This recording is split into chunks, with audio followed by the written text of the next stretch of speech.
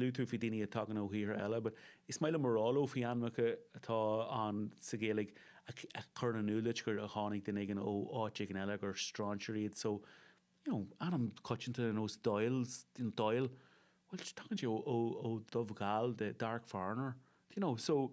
muid sa lá taniu an a caint fi daoine chataisteach sa tír se agus tá daoine, mionlach